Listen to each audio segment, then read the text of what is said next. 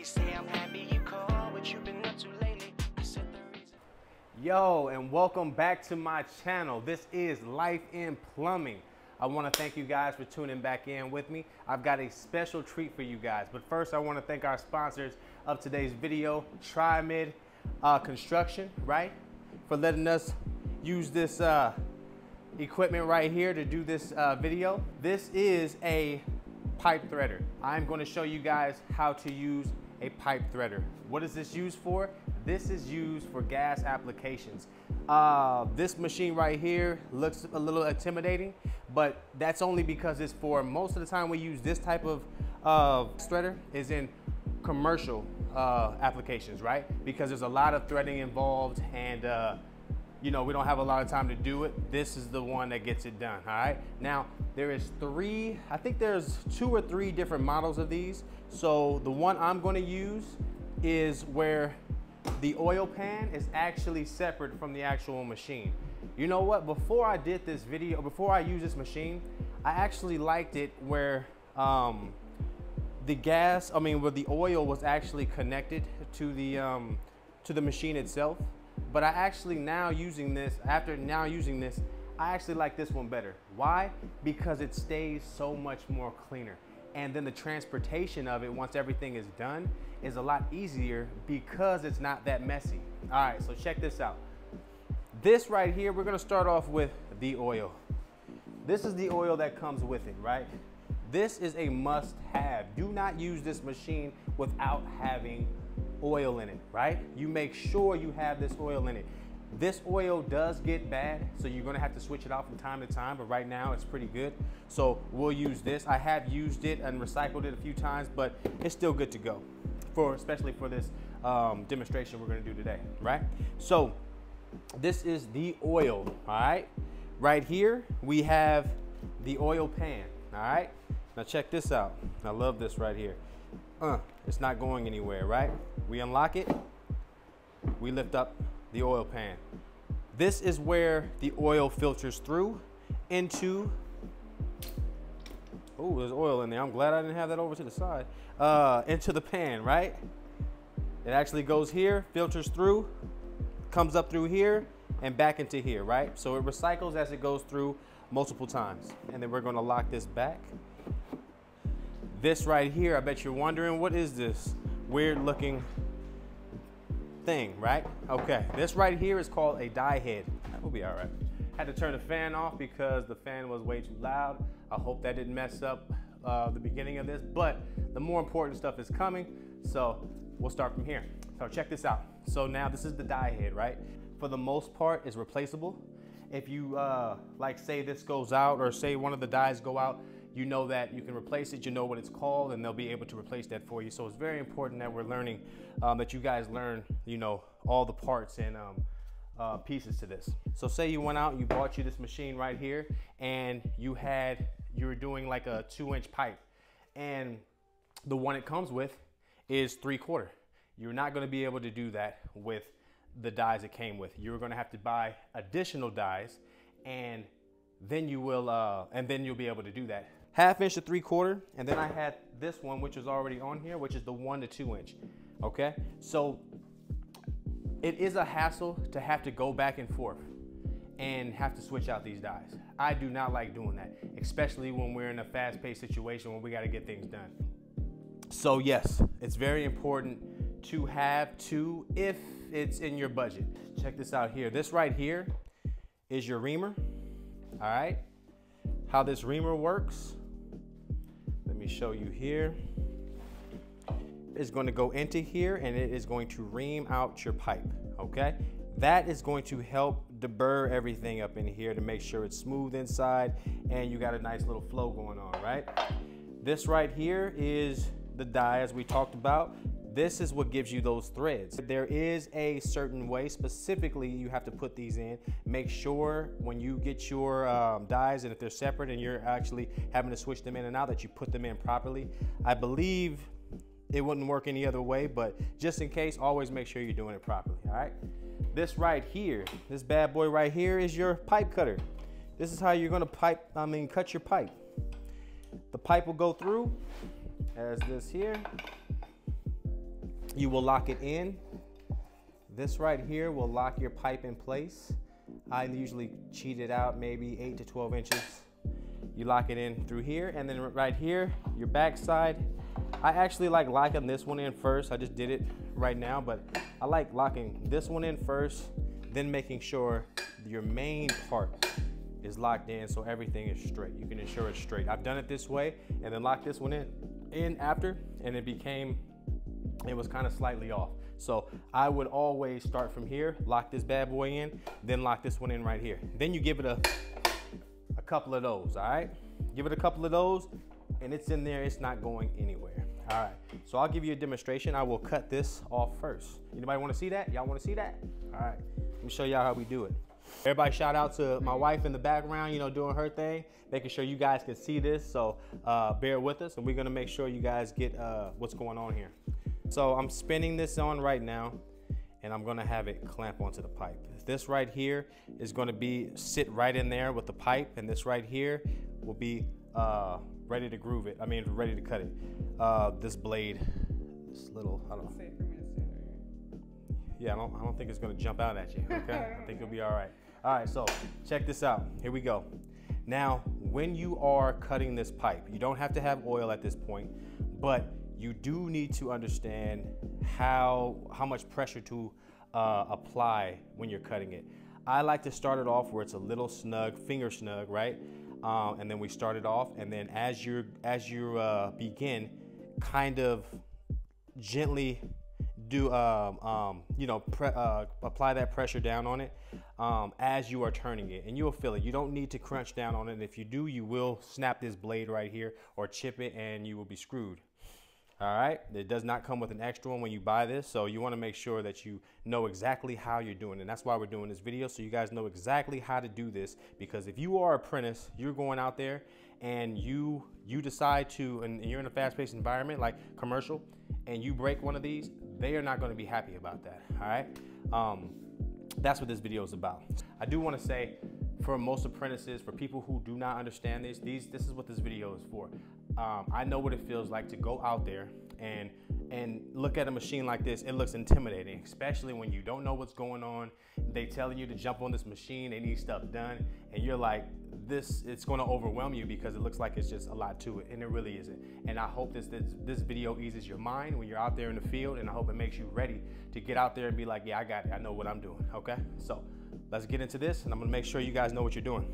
Do not clamp it down hard. Finger tight when you first begin, and as it begins to spin and get that momentum, every few spins, you're gonna begin to turn this wheel right here, okay? So here we go.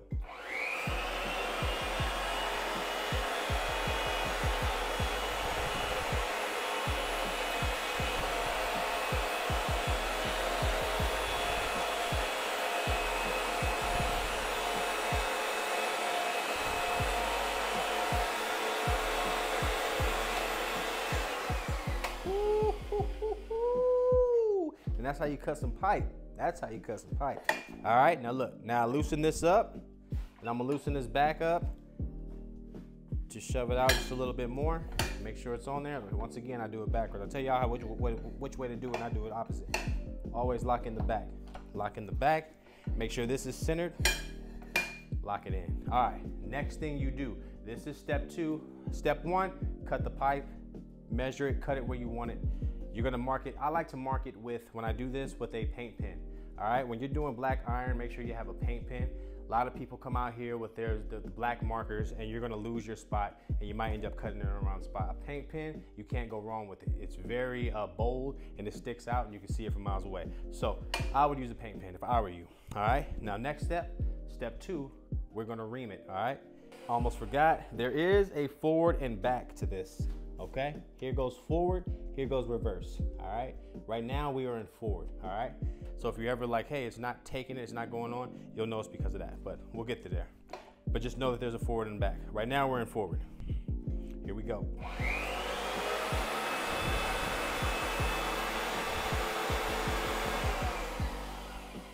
All right, now I didn't do it all the way, but let me tell you guys how hard to go with this one. So say you have a little pipe, it's not reaching, or these are bottoming out, you can always use the extension. and get it in there even more. So right now we'll use the extension, and just like the other one, you got to kind of have that plumber's touch where you just know how hard to do it. Don't do it like crazy, just make sure it's cutting it. You don't need to apply a lot of pressure for it to actually burr it, but you do want to give it a little bit of force. All right, so here we go.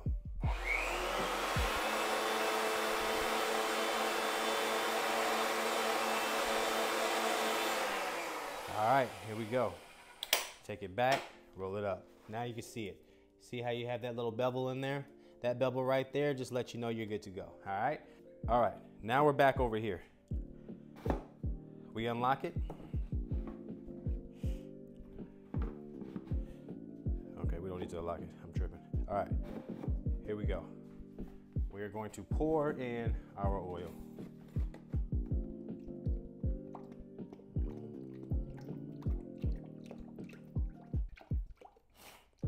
Once you start using this, the oil comes onto the top of here. This is when it's recycling, and then it's gonna go right back through the hose again. This is kind of how it happens. Now, what we wanna do is make sure we got a flow in this hose, into the oil hose. That right there tells me it's not there yet. You see that? That means, to me, it's air in there, right? Pretty soon, you'll get to that point where you can just feel it, and you see that it's no air shooting out, it is straight oil. Here is a tarp. Now, if you're a professional, you want to make sure that you do not spill oil on anything, right? You want to make sure that everything is clean. You want to make sure that everything's wiped up. You want to make it look like you were never there, okay? So what you would do is buy a tarp, lay that tarp down. Okay, I love having a tarp when I'm doing this because it's lightweight. You can just throw it in the truck with you and lay it down, and if it's big enough, you know, to cover the area, you don't have to worry about things like this, all right? Any spills. There's a hook. I'm gonna have to switch this out.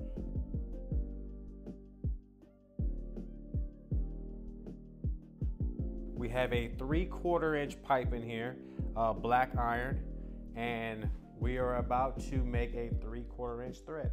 This is very important. Can you see this right here? Hopefully you guys can see this. It says 3/4 right here, okay? These lines have to be lined up for you to get that 3/4 thread that you're gonna need to fit the actual fittings, okay? So let's make sure it is on 3/4. Here is the open position. If you check right here, here is the close. Here is the open, here is the close, all right? We got it on close now. Once you got your position on 3/4, you're gonna come down here and it's gonna be on close and ready to thread the pipe. Down, yeah, there you go. All right, you can get in here now.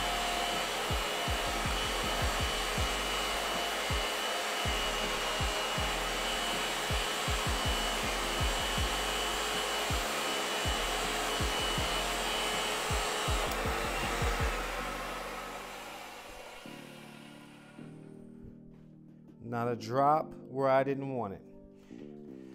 After every use, I always wipe it down to make sure there is nothing stuck in the grooves of the dies. Perfect. You have your pan at the bottom catching out everything. As you can see, there is threads in there is shavings in the bottom, not going to the actual bottom pan where it goes into the filter and comes back and recycles back up. And that's exactly what you want. And I don't think I told you guys about the pedal. Have I spoke on the pedal? All right, here's the pedal too to make everything go. All right. You let go, it stops. Everything's good. So that's what we wanted to let you guys know. Also, the cleanup. Make sure after everything is done, if you are an apprentice, you are expected to be the one to clean it up, to pack it up. So here's the cleanup. What you're gonna do, this is one way to do it. This will probably take you days to do, all right? No one's gonna sit here and do that. So if that's your only option and you have to keep it clean, then that's what you'll have to do, right? And then you'll have to squirt it out until it all goes into here. But what I like to do, and why you've seen it, but I haven't talked about it yet, is the funnel, all right? You have two guys, they come. This is how I have me and my helper do it. We will take off the top, and we'll actually pour into the funnel the remainder of it. Now, if you look at this oil's still good, all right? Just like car oil, if it isn't black, it's still good, all right? You can still see that it has a little bit of life in it. It's getting dark, but it can get a lot darker before you're not able to use it. Make sure if it is dark, do not use it. Make sure that you're using the right oil, just like your car. You want this thing to operate, you have to have it with the good oil. So make sure that you know when to change your oil out. If it looks bad, I wouldn't chance it. I would just, this machine costs thousands of dollars. You do not want to mess it up, all right? First step to breaking it down, this right here. That falls off like so. Then we grab this, set it down on the ground, and now we're able to clean it, get it ready to go. Remember that there can be possible oil in here, okay? I've seen a lot of guys grab the pipe straight out of the machine, go and apply it into the building, and they don't realize that there's still oil in it, okay? This right here will mess up floor. If you're on a finished floor you're working on, and it's crucial that you do not put oil on there or you don't mess that floor up, this right here, this will get you in trouble. Make sure, what I like to do is hold it, make sure it's leaning up, get as much as I can out of there, but hold it as I give it to whoever I'm giving it to, my journeyman, my foreman, and we just apply it this way. So at least when you're putting it up, it's straight up in the air and you're twisting it in and you're really watching only this side right here. So you should be good, all right? That's just a tip for you guys. It's a bonus tip for you guys, not to get in trouble, not to get kicked off the job and possibly fired, all right? This is what I like to do. You wanna break it down, kick it up. And usually you would have a helper help you, okay? But if you're alone, it's pretty much how it goes. The legs, you have the chain, strap it up, and that's pretty much it. Thank you guys for watching. Make sure you guys like, subscribe on the channel, comment. If you guys got better ways of doing it, there's a million ways to plumb. There's a million ways to do different applications. I'm curious to know if you guys know easier ways to do anything that I've done. Let me know, man. I'm open to learning more and always, and just kind of like vibe with other plumbers out there, man. So you guys, thanks for watching. I'll see you guys on the next one. All right, peace. Me and my God always conversating. He say I'm happy you called, but you've been up too late.